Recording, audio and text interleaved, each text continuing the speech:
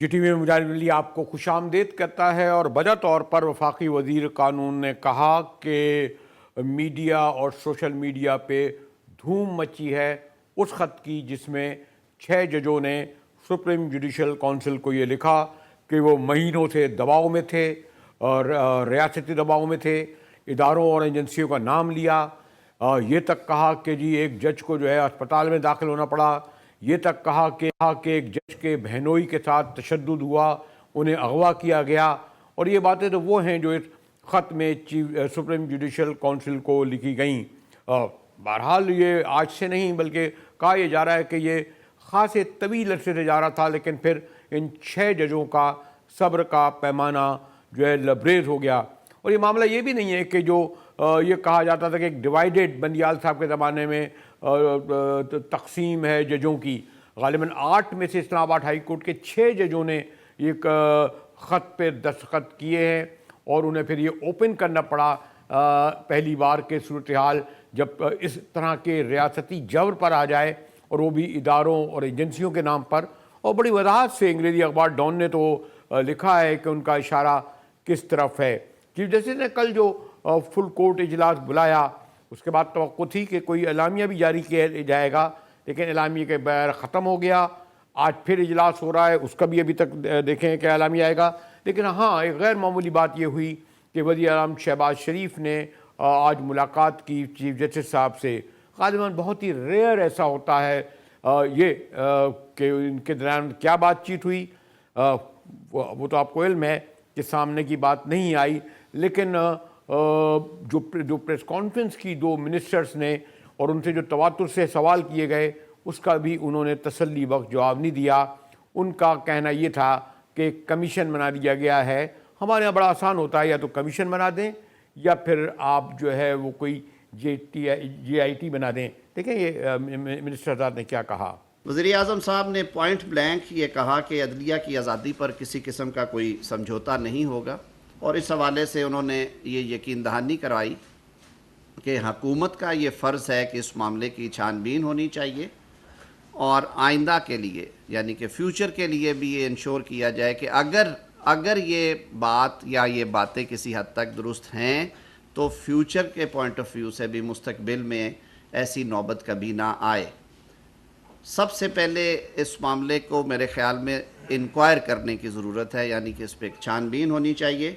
تو یہ طے پایا کہ کل کابینہ کا اجلاس ہے، جس میں کابینہ کا، کیونکہ فیڈرل گورنمنٹ کو ریپرزینٹ کرتی ہے کابینہ، اور اختیار کابینہ کا ہے کہ وہ کمیشن آف انکوائریز ایکٹ کے تحت کمیشن اپوائنٹ کر سکے۔ ہمارے مہمان ہیں سپریم کورٹ کے سابقہ پریزیڈنٹ محترم زبیری صاحب۔ بھائی صاحب، غالباً غیر معمولی صورتحال ہے کہ کبھی اس طرح 6 ججوں نے خط لکھا ہو، اس پر کافی گفتگو ہوئی ہے، لیکن ایک جانب سے یہ سوال اٹھایا گیا کہ یہ خط جو ہے یہ سپریم جوڈیشل کونسل کو کیوں لکھا گیا، کیونکہ وہ تو ججوں کی شکایت سنتی ہے۔ تو اس کا مقصد یہ ہے کہ ان ججوں نے، اور یہ جو ماشاءاللہ سینئر ججز ہیں، ان کے بھی یہ علم میں ہوگا، تو ان کو بیک وقت خط لکھنے کا مقصد یہ تھا کہ جہاں ان اداروں اور ایجنسیوں کے بارے میں گفتگو کی جائے، وہاں وہ یہ سمجھتے تھے کہ چیف جسٹس صاحب سے، جیسے کہ کہا جا رہا تھا کہ سپریم کورٹ میں جاتے، ان سے بھی شاید انہیں انصاف کی امید نہیں تھی، تو انہوں نے اس خط کے ذریعے غالباً دونوں کو وارن پیغام دیا ہے۔ ایسا ہی ہے زبیری صاحب؟ بسم اللہ الرحمن الرحیم، بہت شکریہ۔ پہلی بات تو میں کہوں گا کہ میں تو سلوٹ کرتا ہوں ان 6 ججوں کو۔ اور یہ آپ دیکھیے، اسلام آباد ہائی کورٹ ایک بڑی انفرادی نوعیت کا کورٹ ہے۔ اس میں سارے ملک سے جو ججز ہوتے ہیں پاکستان کے ہر حصے کے ہوتے ہیں۔ تو یہ واحد کورٹ ہے جس کے اندر آپ سندھ کے بھی، بلوچستان کے بھی، خیبر پختونخوا کے، پنجاب کے یہ ججز آپ دیکھیں گے اسلام آباد ہائی کورٹ میں۔ تو دیکھیں جو بات انہوں نے کہی، کیونکہ یہاں آپ جانتے ہیں بڑے پولیٹیکل نوعیت کے، سیاسی نوعیت کے کیسز چلتے ہیں، جس میں آج کل آپ پچھلے 1.5 سال سے عمران خان یا ان کے رفقا کے کیسز بڑے ہائی لائٹ ہوتے ہیں اس عدالت میں، اور ان کے اس بارے میں انہوں نے کہا کہ کس طرح دیکھیے بڑی عجیب بات کر رہے ہیں یہ لوگ. یہ ججز ہیں, یہ کوئی یہ قانون جانتے ہیں, آئین جانتے ہیں, انہوں نے حلف لیا ہے آئین کی پاسداری, قانون کی پاسداری کرنے کا, اور یہ میجورٹی آف دا اسلام آباد ہائی کورٹ ہے. مطلب ان کو ہٹا دیں تو صرف 2 جج رہ جاتے ہیں.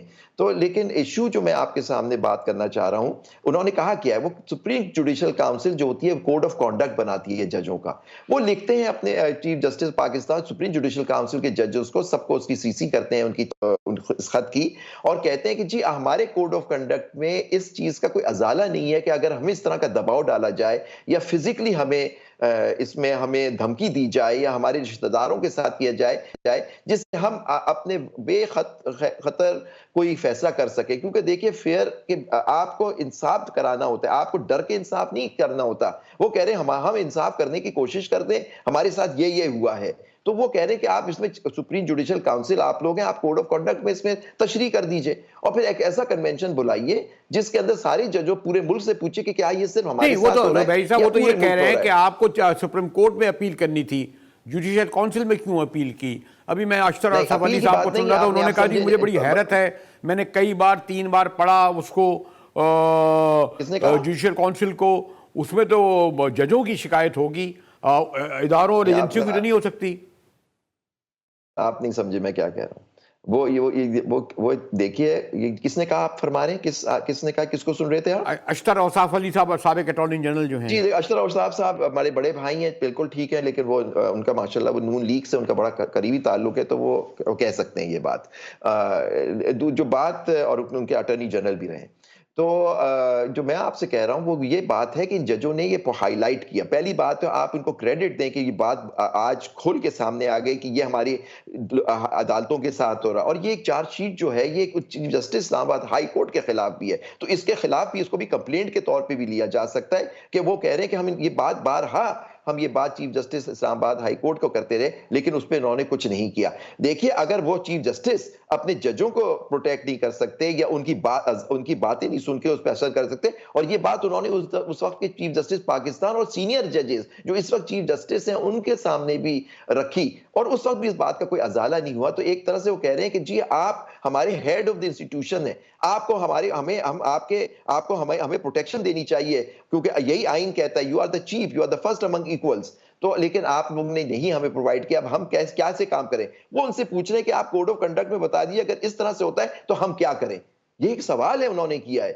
انہوں نے کہا یہ ہمارے ساتھ ہوا, کوڈ آف کنڈکٹ ہم باؤنڈ ہے کوڈ آف کنڈکٹ سے, اس میں کوئی ایسی چیز نہیں دی ہوئی کہ ہمارے ساتھ اگر یہ ہو تو ہم کہاں جائیں. تو آپ میں اس پہ جب لیکن ایک اور پہلو سے میں آپ سے معلوم کرنا ہی چاہوں گا کہ جہاں تک میرے علم میں ہے کہ جو اگر وہ جس ادارے یا SI کے بارے میں سوال بھی کیا گیا وہ تو پرائم منسٹر کے انڈر میں آتی ہے, اور اسی طرح جو ادارے کے, تو یہ تو ہم ڈال دیتے ہیں ذمہ داری اسٹیبلشمنٹ پہ یا فوج پہ. اس میں تو ایسا نہیں لگتا کہ آپ کی وزارت وزیر داخلہ جو اس معاملے میں بڑا ماشاءاللہ بڑے تجربہ ہو چکے ہیں, وہ اور خود شریف حکومت ان کے کہنے پر ان ججز پہ دباؤ ڈالا ہو یا لکھا گیا ہو یا جو کچھ ہو رہا ہو, یعنی نہیں کیوں نہیں. آپ دیکھیے یہ کس طرح کا واقعہ وہ بیان کر رہے ہیں, وہ مئی 2023 کی بات کر رہے ہیں. پہلی دفعہ انہوں نے خط لکھا مئی 2023 میں. آپ کو یاد ہے یہ, آپ نے دیکھا ہے نا اس کا انیکشا جو لگا, آپ نے ضرور دیکھا ہوگا. جب گورنمنٹ تھی جی نہیں, مئی 2030 میں نہیں تھے, اگست میں کیئر ٹیکرز آئے. مئی 2030 میں پرائم منسٹر شہباز شریف تھے, اعظم نذیر طاہر صاحب لاء منسٹر تھے, یہی سیٹ اپ تھا, یہی جو انٹیلیجنس ایجنسی کمانڈ وہی تھی, یہی ساری کمانڈ وہی تھی, اور آج وہی وہ سچویشن ہے. اس زمانے کی وہ بات کر رہے ہیں کہ اس وقت یہ کیس آئے ان کے سامنے, اور اس میں یہ ہوا. انہوں نے ایک کیس کا ذکر بھی کیا جس میں چیف جسٹس صاحب نے اسلام آباد ہائی کورٹ نے عجیب سا ایک فیصلہ کیا, میجورٹی فیصلہ ایک ہو گیا. ٹیرین وائٹ کے کیس میں چیف جسٹس صاحب نے کچھ کیا, یہ ساری ہائی لائٹ کی ہیں. لیکن انہوں نے 2 چیزیں کہیں کہ ہم پہ ایگزیکٹو نے بھی دباؤ ڈالا اور انٹیلیجنس ایجنسیز نے ہمارے ساتھ یہ کیا. تو یہ دونوں کو کہہ رہے ہیں. آج انہوں نے, آپ نے دکھایا مجھے کہ دکھا رہے تھے کہ اعظم نذیر طاہر صاحب جو وزیر قانون اٹارنی جنرل صاحب ان کے ساتھ بیٹھے ہیں, وہ ایک کمیشن کی بات کر رہے ہیں. کمیشن کیا انہی کی انکوائری کرے گا جن لوگوں کے بارے میں وہ ایکیوز کر رہے ہیں؟ کہ ایگزیکٹو اور انٹیلیجنس ایجنسی نے ہمارے ساتھ کیا. یہ وہی چیز ہے, کمیشن بناؤ مٹی پاؤ. تو یہ دیکھیے میں سمجھتا ہوں آج ہم نے کچھ ممبران جو پاکستان بار کاؤنسل کے, میں ممبر ہوں پاکستان بار کاؤنسل کا, ہم لوگ 6 لوگ ہیں. آج ہم نے اپنی بار کاؤنسل ہمارے اپنے وائس چیئرمین صاحب سے ہم نے خط لکھا ہے. اس میں ہم نے کہا ہے کہ آپ یہ معاملہ ہائیسٹ لیول پہ اٹھائیں, اور ہماری درخواست ہے honourable chief justice of Pakistan جو خود ان چیزوں سے گزر چکے ہیں کہ آپ یہ معاملہ فل کورٹ میں لے کے جائیں, سو موٹو لیں اس پہ, کیونکہ یہ صرف ایگزیکٹو نہیں, لیکن عابد زبیری صاحب, یہ تو سپریم جوڈیشل کونسل کو لکھنا, تو پھر آپ کے چیف جسٹس پہ بھی تو عدم اعتماد کا اظہار ہے ان 6 ججوں کا, ورنہ وہ ان کو علم نہیں کہ وہ چیف جسٹس کو لکھتے, سپریم کورٹ کو لکھتے. میرے خیال میں شاید جو حالیہ مہینوں میں جو فیصلے آئے چیف جسٹس صاحب کے, خاص طور پہ میں کسی پرٹیکولر کا ذکر کروں گا تو وہ کہیں گے آپ تحریک انصاف کا ذکر کر دیں گے, جیسا کہ میں دیکھ رہا تھا ایک سینیٹر نون لیگ کے کہہ رہے تھے جناب یہ تو تحریک انصاف کے کہنے پر اور ان کے اشارے پر یہ ججوں نے کیا ہے, خوشنودی کے لیے کیا ہے, وہی بہت آسان ہے کھاتے میں ڈالنا. اس لیے میرا سوال یہ ہے کہ یہ چیف جسٹس کو کیوں نہیں لکھا, جوڈیشل کونسل کو کیوں لکھا, کیا یہ عدم اعتماد چیف جسٹس پر بھی ہے؟ نہیں sir, who is heading the Supreme Judicial Council? کون ہیڈ کرتا ہے sir? is the Chief Justice of Pakistan. Code of conduct کون بناتا ہے؟ سپریم, اور اس میں جسٹس عامر فاروق جو جن کے بارے میں بات کر رہے ہیں وہ بھی ممبر ہیں اس کے سپریم جوڈیشل کاؤنسل کے, عامر فاروق صاحب اور justice Ibrahim Khan chief justice Peshawar high court, اور 3 ججز آف دا سپریم کورٹ جس میں یہ سارے سینئر ججز بیٹھے ہوئے ہیں سپریم کورٹ. تو انہوں نے اس کو لکھا, تو اٹ از آلسو ہیڈڈ. تو چیف جسٹس صاحب اور آپ فل کورٹ جو ان کی میٹنگ ہو رہی جو آپ فرما رہے تھے, اس میں سمجھتا ہوں کہ یہ ہائی ٹائم ہے کہ آپ یہ اٹھائیں کہ ایگزیکٹو اور انٹیلیجنس ایجنسی کا گٹھ جوڑ کے ساتھ جو یہ ہو رہا ہے جوڈیشری کے ساتھ, کہ آج ہماری آزاد عدلیہ ایک بڑے خطرناک موڑ پہ پہنچ چکی ہے کہ ہماری آزاد عدلیہ اب رہی, ایکسیس ٹو جسٹس ختم ہوتا جا رہا ہے اس ملک میں, کہ کوئی آدمی کوئی پولیٹیکلی آدمی اگر ہوتا ہے اور وہ ایگزیکٹو اور انٹیلیجنس ایجنسی کے اس کے خلاف ہوتا ہے یا وہ اس کے خلاف ہو جاتے ہیں تو اس کو انصاف نہیں مل سکتا عدالتوں سے اگر یہ ان ججوں کے ساتھ ہوگا. تو دیکھیے اس کا مقصد کیا تھا, ان ججوں کو ڈرانا کہ جی تو یہ لوگ ہمارے مخالفین آئیں گے ان کو انصاف نہیں دینا, یہ بات ہو رہی ہے. سر آج یہ لوگ پاور میں, کل یہ ہو سکتا ہے پاور میں نہ ہو, کل ان کے ساتھ یہ ہو رہا ہو, یہ کہاں جائیں گے, میں اور آپ کہاں جائیں گے؟ آزاد عدلیہ اس لیے ضروری ہوتی ہے, آپ چاہے یہاں لکھیں وہاں لکھیں, کان یہاں سے پکڑیں اوپر سے پکڑیں. بات یہ ہو رہی ہے کہ آپ ایک خط لکھ دیا گیا, اب چیف جسٹس اور ججوں کا کام ہے کہ اس کو ٹیک اپ کریں, کیونکہ جو ٹیک اپ کیا ہوا آپ نے زبیری صاحب یہ نہیں سنا کہ کل فوری طور پر ہمیں تو بڑا سرپرائز ہوا کہ جناب ابھی خط لکھتے ہی جو ہے وہ کل غالباً 4:30 بجے جو ہے اجلاس بلا لیا گیا, 1.5 گھنٹے چلا اور کہا گیا جی اعلامیہ آئے گا. اعلامیہ کا ہم ساری رات انتظار کرتے رہے. آج پھر ایک دم سے یہ جب اس ملاقات کے بعد کہا گیا کہ نا فل کورٹ اجلاس بلا لیا, تو وہ اعلامیہ بلایا کا مطلب یہ کہ رد عمل تو نہیں آیا نا.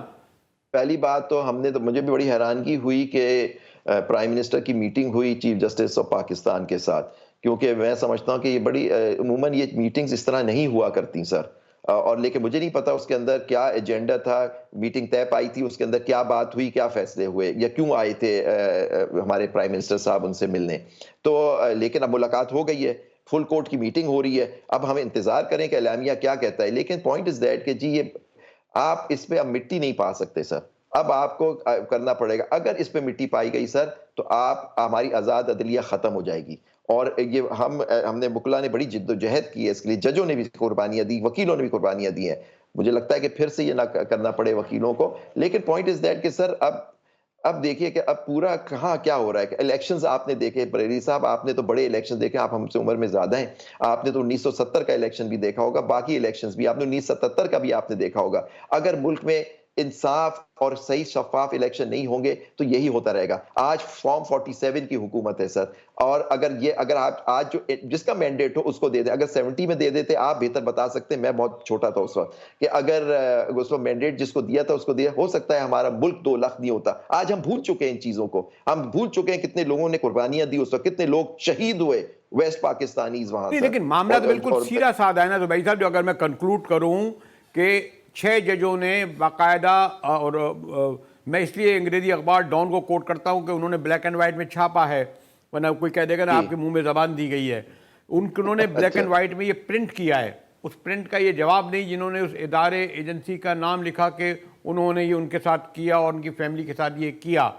چیف جسٹس صاحب نے اس کا ابھی تک 24 گھنٹے کیا, اس سے پہلے یہ بات چل رہی ہوگی جب آپ کہہ رہے ہیں کہ وہ ان کو آئے ہوئے ہیں, ان کا کوئی رد عمل اس کے بعد بھی سامنے دیکھنے میں نہیں آ رہا.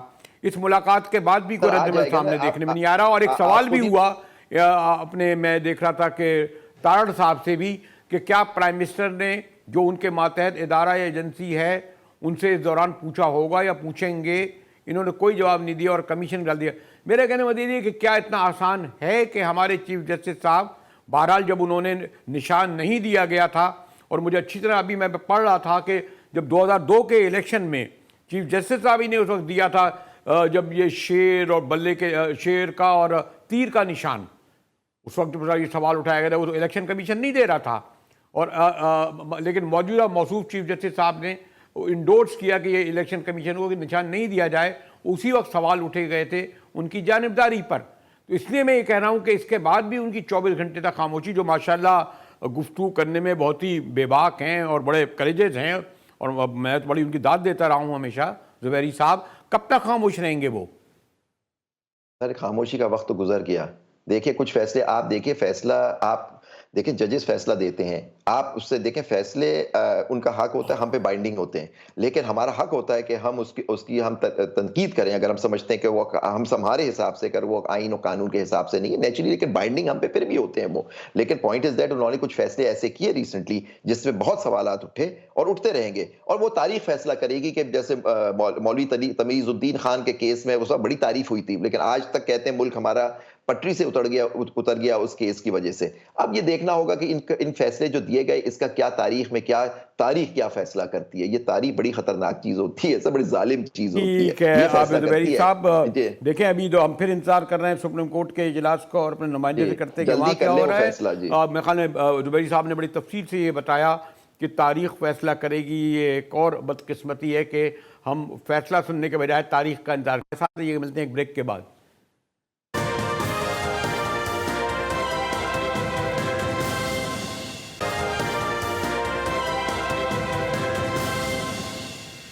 جی ٹی وی میں ایک بار پھر مجاہد ولی آپ کو خوش آمدید کرتا ہے. اب سے تھوڑی دیر پہلے یعنی کوئی 2-2.5 گھنٹے تو ہو ہی گئے, پرائم منسٹر کی اور چیف جسٹس کی غیر معمولی ملاقات ہوئی. اس کا فوری طور پہ اعلامیہ نہیں آیا. وزراء نے کچھ وضاحتیں پیش کیں, ان سے بڑے سوالات ہوئے جن کا غالباً تسلی بخش وہ جواب نہیں دے سکے کہ پرائم منسٹر نے اب تک کیا ایکشن لیا. اب ایک بار پھر کل کی طرح چیف جسٹس صاحب نے فل کورٹ اجلاس بلایا ہے جو جاری ہے اس وقت بھی, اور پہلے کہا گیا تھا کہ اعلامیہ جاری ہوگا. اب دیکھیں اس کا کیا انتظار ہوگا. قمر زیدی ہمارے ساتھ ہیں, بڑی گہری نظر رکھتے ہیں. قمر, کل بھی آپ انتظار کرتے رہے, ہمارا خیال تھا کہ گھنٹے 2 گھنٹے, اب تو 24 گھنٹے گزر گئے. اب پھر فل کورٹ اجلاس ہے. یقیناً جو پرائم منسٹر اور ان کے جو گفتگو ہوگی اندر کی بات تو نہیں آئی ہوگی, کیونکہ جو سوال تو یہی ہے کہ کیا پرائم منسٹر جس کے تحت یہ ادارہ یا ایجنسی آتی ہے انہوں نے ان سے پوچھا ہوگا, علم میں ان کے پہلے بھی ہوگا, کیا وہ کارروائی کر سکتے ہیں یا نہیں, یہ اپنی جگہ سوال ہے. تو اس وقت بھی جو کیا ہم انتظار کرتے رہیں اور پھر کہا جائے گا کہ کوئی اعلامیہ آئے گا, اور اعلامیہ آئے گا تو کیا اعلامیہ دیں گے وہ؟ قمر زیدی دیکھیں مجاہد صاحب, جو پریس کانفرنس ہوئی ہے اٹارنی جنرل کی اور وزیر قانون کی, اس سے بہت ساری چیزیں کلیئر ہو گئی ہیں کہ انکوائری آف کمیشن ایکٹ جو 2017 کا, اس کے تحت جو ہے ایک کمیشن ترتیب دیا جائے گا جو کہ اس تمام معاملے کو دیکھے گا. خط کے حوالے سے چیف جسٹس آف پاکستان نے خود ملاقات کی خواہش ظاہر کی تھی جو ہے وزیر اعظم سے. آج چیف جسٹس کی ملاقات خواہش پہ یہ وزیر اعظم سے ملاقات ہوئی ہے, اور اس ملاقات میں تقریباً جو ہے وہ معاملات جو زیادہ ڈسکس آئے ہیں وہ خط کے حوالے سے ہی ہے, اور ان خط کے حوالے سے کہ اس کا کیا کرنا ہے, ان پر جو ججز نے جو کہا گیا کہ انٹیلیجنس ایجنسیز یا دیگر اداروں کی مداخلت ہے اس کو کیسے روکنا ہے. اور اس کے ساتھ یہ بھی معاملہ زیر غور آیا کہ یہ تمام معاملات کو اگر دیکھیں اسلام آباد ہائی کورٹ کے 6 ججز کی جانب سے کہا گیا, 8 میں سے 6 ججز میجورٹی میں, تو ڈس فنکشنل کورٹ کو ہونے سے کیسے بچانا ہے. تو یہ تمام چیزیں جو ہیں اس ملاقات میں جسٹس منصور علی شاہ بھی موجود تھے, چیف جسٹس موجود تھے, رجسٹرار سپریم کورٹ موجود تھیں, اس کے ساتھ جو ہے اعظم نذیر طاہر اور اٹارنی جنرل آف پاکستان موجود تھے وزیر اعظم کے ہمراہ. تو یہ جو ملاقات ہوئی ہے اس میں قمر, آپ کو میں نے شاید کل بھی گفتگو یہ ہوئی تھی کہ جس طرح مداخلت کرنے پر فیض حمید صاحب کو بلایا گیا تھا, اگر آپ کو یاد ہوگا, پتہ نہیں وہ آئے نہیں تھے یا نہیں کیا ہوا, ان کے بھائی کو بھی پتہ نہیں کیا گیا تھا. اس میں تو مسئلہ یہ ہے نا کہ جو کچھ لوگ یہ کہتے ہیں کہ جوڈیشل کونسل کو کیوں خط لکھا گیا, وہ تو ججز کا معاملہ طے کرتی ہے، چیف جسٹس کو لکھنا تھا. تو ابھی میں زبیری صاحب سے بھی سوال کر رہا تھا، کیا یہ 6 ججز اپنے چیف جسٹس آف پاکستان اس پر بھی عدم اعتماد کا اظہار کر رہے ہیں اس طرح؟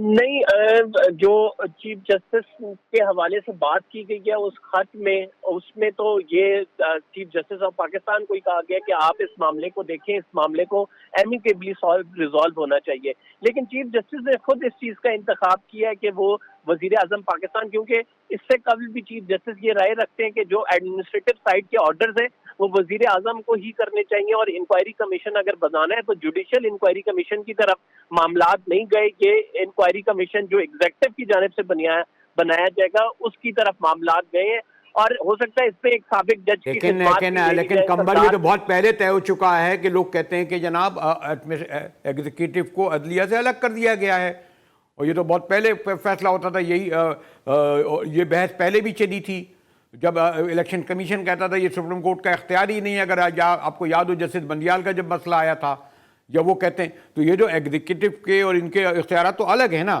یہ تو جوڈیشری کو فیصلہ کرنا ہوگا نا. یہ کوئی وزیر یا کوئی جی مجاہد صاحب بالکل آپ صحیح کہہ رہے ہیں کہ جو ڈائیکاٹمی آف پاور کا ایک جو کانسیپٹ ہے جس کے تحت عدلیہ کے الگ اختیارات ہیں، ایگزیکٹو کے الگ اختیارات ہیں، اسی لیے ہم یہ دیکھ رہے ہیں کہ وزیر اعظم سے ملاقات کے بعد even attorney general of Pakistan نے پریس کانفرنس بھی کر دی ہے، لیکن ابھی بھی فل کورٹ میٹنگ بیٹھی ہوئی ہے.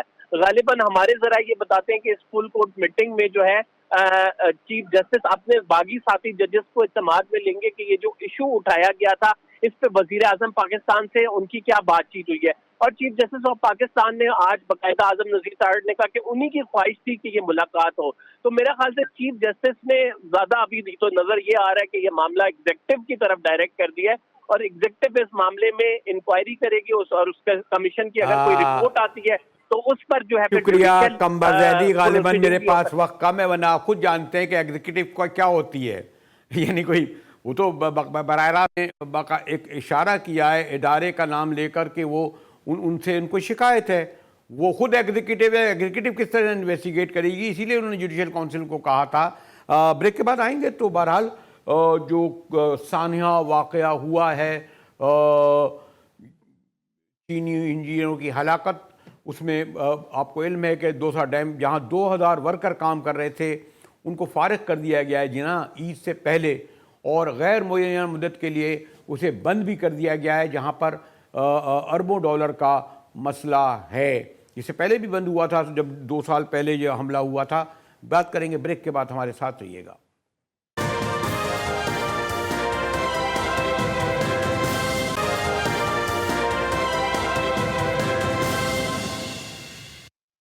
جی ٹی وی میں ایک بار پھر مجاہد بریلوی آپ کو خوش آمدید کہتا ہے. جو حملہ شام میں ہوا، جو شانگلہ کا کہہ لیں کہ جو سینٹر یا مرکز ہے، یہاں سے کوئی 400 کلومیٹر کے فاصلے پر ہے. کل شاید میں شانگلہ کے حوالے سے 1000 کلومیٹر کا کہہ گیا تھا، اور اگر یہ تو مجھے کوئی حرج نہیں ہے کہ میں کہوں کہ یہ کوئی 400 کلومیٹر کوئی 5 گھنٹے کا راستہ ہے. لیکن سوال اپنی جگہ رہتا ہے کہ اتنا طویل راستہ ہے جس میں پولیس یہ کہتی ہے کہ جناب ہم نے پوری ذمہ داری سنبھالی.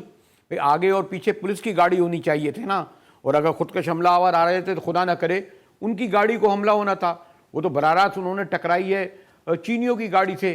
جو اگر سیکورٹی گارڈ یا تھی موجود وہاں پر، یا جو ادارے یا ان کی گاڑیاں، ان کا تو کسی کا بال بھی بھیگا نہیں ہوا. یہ اور بہت سارے سوال ایسے ہیں. میرے ساتھ ارشد یوسفزئی موجود ہیں، بڑے سینئر اب تو جرنلسٹ کہوں گا، گہری نظر ہے. شکریہ ارشد. یہ تو پہلا سوال یہی ہوگا نا کہ یہ براہ راست سی پیک پر حملہ ہے نا ناکام بنانے کے لیے. ارشد جی مجاہد صاحب، جس طرح آپ بتا رہے ہیں بالکل سی پیک کے اور دوسرا پاکستان اور چائنا کے جو اہم پروجیکٹس ہیں جو پاکستان میں ترقیاتی کام ہو رہے ہیں چائنا کے توسط سے، داسو کا پروجیکٹ بھی ان میں سے ایک ہی ہے، اور یہ واقعی $1 بلین کا پروجیکٹ ہے. کافی اس میں انویسٹمنٹس ہوئی ہیں، کافی لوگ اس میں انوالو ہیں، چائنیز انجینئرز، پاکستانی انجینئرز. تو کافی عرصے سے اس پہ کام ہو رہا ہے. اور جس طرح بتا رہے ہیں دوسرا یہ ٹیررسٹ حملہ ہے اس پر، چائنیز انجینئرز پر، اور اس میں جس طرح پہلے انجینئرز کو ٹارگٹ کیا گیا تھا اس دفعہ بھی یہی ہوا ہے.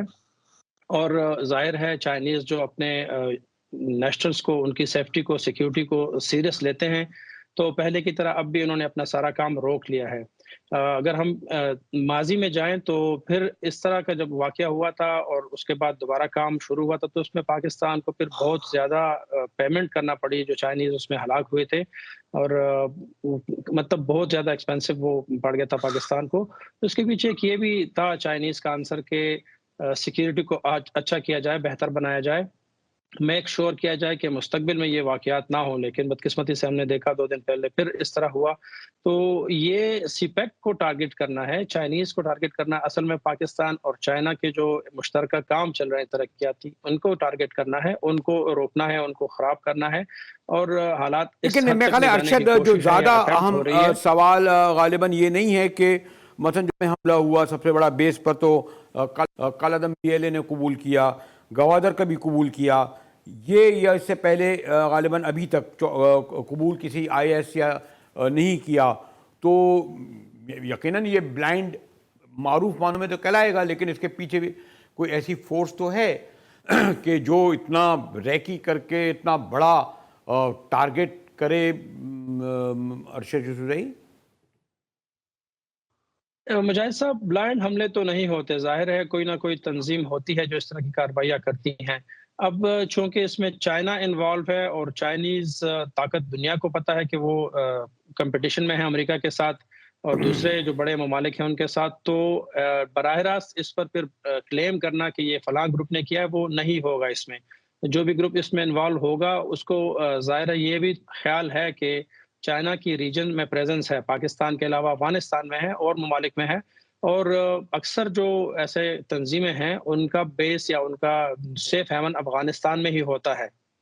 تو اگر کوئی گروپ جو بھی کلیم کرتا ہے ایسے واقعات کو، ان کو پھر ان کے ذہن میں یہ بات ہوتی ہے کہ چائنا ڈائریکٹلی افغانستان سے شکایت کر سکتا ہے، کیونکہ افغانستان میں چائنا کی بہت بڑی انویسٹمنٹس جاری ہے اور وہاں پر افغانستان حکومت ان کے ساتھ تعاون کر رہی ہے کیونکہ افغانستان کی ڈیولپمنٹ کا کام ہے. تو اگر ایسا ہوتا ہے اور چائنا اپنا بدلہ لینے کے لیے یا اس کا ازالہ کرنے کے لیے افغانستان سے پریشر ڈالنے کی شکایت کرتا ہے ان کو، نہیں، تو لیکن پھر جو بھی تنظیم مسئلہ ہوگی ان ارشد کو یہ ہے وہاں نا پر کہ مسئلے ہوں گے. اس لیے ابھی تک جو جتنے بھی حملے ہوئے ہیں، پہلے ہم ایک حد تک کبھی کہتے تھے کہ نہیں ایران بارڈر بھی پورس آتی ہے، خاص طور پہ بی ایل اے وہیں سے آپریٹ کر رہی تھی، لیکن بعد میں اب یہ خبریں آ رہی ہیں کہ اصل تو بی ایل اے بریگیڈ جتنی بھی ہے یہ کابل میں لی ہوئی ہے. تو جو مضبوط جو اس ایریا میں ایکٹیویٹیز ہے وہ کابل کی سرپرستی کے بغیر نہیں ہو سکتی. اور آپ نے درست کہا کہ چائنا کابل اتنا بڑا رسک نہیں لے سکتا کہ ان کو سرپرست کرے جو چائنیز کو ٹارگٹ بنائے. لیکن یہ ہے تو یعنی اس کو سیکورٹی لیپس کے اب بھی میں بھی کہوں گا، اور ان لوگوں کو یہ کہوں گا کہ وہ اتنے پاورفل ہیں کہ انہوں نے اس کو کراس کر دیا تمام سیکورٹی کو. جی، پہلی بات کا تو یہ میں کہہ سکتا ہوں کہ انوالومنٹ ضرور ہوتی ہیں. کوئی ملک ڈائریکٹلی ایسے واقعات نہیں کرتا غیر ملک میں. اکثر اوقات وہ پراکسیز کو استعمال کرتے ہیں. بہت ایسے لوگ مل جاتے ہیں، ایسی تنظیمیں مل جاتی ہیں جو اس کام کے لیے تیار ہوتی ہیں. اب ظاہر ہے چائنیز پر حملہ کرنا تو کوئی مذہب کے لیے ہو نہیں سکتا، تو وہی بات ہوگی کہ سی پیک کو ٹارگٹ کیا گیا ہے، پاکستان چائنا کے جو ڈیولپمنٹ کام ہے ان کو ٹارگٹ کیا گیا ہے. اس کے علاوہ اگر ہم سیکیورٹی کے حوالے سے بات کریں تو شانگلا ایک دور دراز ڈسٹرکٹ ہے، خیبر پختونخوا کا سینک ڈسٹرکٹ ہے، یہاں پر کافی سیاح بھی جاتے ہیں، لیکن ایز سچ وہاں پر سیکیورٹی کا کوئی ایشو ہوتا ہے نہیں. اب یہ ٹارگٹ ہے تو ظاہر ہے جنہوں نے بھی کیا ارشد، ہوگا اگر میں جیسے آپ سے آخر میں یہ کنکلوڈنگ سوال کروں کہ چلیں یہ تو اسٹیٹ لیول پہ مسئلہ ہے، ہمارے اسلام آباد والے وہاں گئے، وزٹ کر لیا، لیکن وہاں 2000 ملازمین کام کر رہے ہیں، 2000 خاندان ان سے جڑے ہوئے ہوں گے، اور یہ انہیں فارغ کر دیا گیا ہے. یعنی کہ ان کو کہا گیا، اور فارغ کرنے کا مطلب یہ کہ ان کی نوکریاں ختم کر دی گئی ہیں. انہوں نے کہا یہ آدھی تنخواہیں تو دیں، اس سے بھی شاید غالباً وہ انکاری ہیں. پچھلی بار بھی یہ جو ہے وہ 4 ماہ بن رہا تھا یہ جب حملہ ہوا تھا، اور وہی جو آپ نے کہا کہ ہمیں $1 بلین کا نقصان ہوا تھا. لیکن اس وقت تو مسئلہ یہ بھی ہے نا کہ 2000 ملازمین کو عید سے پہلے بے روزگار کر دینا، اور کوئی شیورٹی ایسی نہیں ہے کہ وہ ان کو شاید ازالہ کیا جائے ان کے تنخواہوں کا. جی مجاہد صاحب، واقعی عید سے پہلے 2000 لوگوں کا گھر جانا، ان کا کام ایک دم رک جانا، واقعی یہ شاکنگ ہے. اور ایسے ٹیررسٹ اٹیک میں یہ بھی ایک ہوتا ہے پھر آفٹر شاک کہ یہ صرف اس گاڑی پر یا چائنیز پر حملہ نہیں ہے، لیکن جتنے لوگ کام کر رہے ہیں ان سب کو ٹارگٹ کیا گیا ایک قسم سے، ان کی روزی روٹی چھین لی گئی ہے۔ اور ہماری بدقسمتی یہ ہے کہ بڑے انویسٹرز جو ہوتے ہیں اسپیشلی پاکستان جیسے کمزور فائنانشل ملک میں، ان کی پھر منمانیاں چلتی ہیں، ان کی ٹرمز ان کے بڑے سخت ہوتے ہیں۔ اب پچھلی دفعہ 3 مہینے، پتہ نہیں اس دفعہ کتنا وقت یہ رکے گا کام، لیکن ظاہر ہے کمپنسیشن منی کی بات ہوگی، سیکیورٹی کو بہتر بنانے کی بات ہوگی، اور ایگریمنٹس اور ایشورنس دینی پڑیں گی، پھر جا کر چائنیز شاید راضی ہو جائیں کام کو دوبارہ بحال کرنے میں۔ لیکن جہاں تک آپ بتا رہے ہیں کہ ان لوگوں کو تنخواہیں دینا یا اگر وہ کام نہیں کر سکتے تو کم از کم ہاف سیلری دینا، یہ ان کا حق بنتا ہے۔ اگر ہم دیکھیں تو لیبر قوانین کے مطابق بھی ان کا یہ حق بنتا ہے کہ ان کو بغیر کسی ان کی غلطی کے فارغ کیا گیا ہے تو چاہیے کہ ان کے گھر کا، ان کی روزی روٹی کا خیال رکھا جائے، لیکن میں نہیں سمجھتا کہ اس طرح کچھ ہوگا اس معاملے میں۔ ارشد الرئی، جیسے میں نے کہا کہ بڑی باتیں ہیں اور ان کا کہنا ہے اور ہمارا کنسرن یہ ٹھیک ہے کہ بہت بڑا نقصان ہے چین کا اور سپیک کا، لیکن اس کا ایک دوسرا پہلو بھی ہے کہ وہاں 2000 ملازمین، 2000 خاندان جن سے خاص طور پر رمضان کے مقدس مہینے میں اور عید بھی آ رہی ہے، ان کا کیا ہوگا؟ کیونکہ انہیں فارغ کر دیا گیا ہے۔ کام خالی آپریشن بند نہیں ہوا، اس کا تو الگ کروڑوں کا نقصان ہوگا، لیکن ان کو فارغ کر کے ان کے معاملات کس طرح طے ہوں گے جو انہیں تنخواہیں ملتی ہیں۔ میں دیکھ رہا تھا کہ ان کی یونین نے یہ کہا ہے کہ معاہدے کے تحت آدھی تنخواہیں اس دوران دینی چاہیے جب یہ کام نہ ہو رہا ہو، لیکن اس میں بھی وہ مطالبہ کر رہے ہیں، یعنی اس معاہدے کی غالباً پاسٹ میں پاسداری نہیں کی گئی تھی۔ بڑا اہم سنگین مسئلہ ہے اور یقیناً حکومت پاکستان کے پیش نظر یہ ہوگا کہ یہاں چینیوں کی حفاظت اور سپیک کو کا جاری رکھنا، لیکن ساتھ ہی وہ لوگ جو اپنی جان خطرے میں ڈال کر ان حساس مقامات پر کام کر رہے ہیں، ان کا، ان کی فیملی کا خیال رکھنا بھی حکومت کا اور چین کا بھی اتنی ہی ذمہ داری عائد ہوتی ہے۔ اس کے ساتھ ہی جی ٹی وی سے مجاہد بریلوی کو اجازت دیجیے۔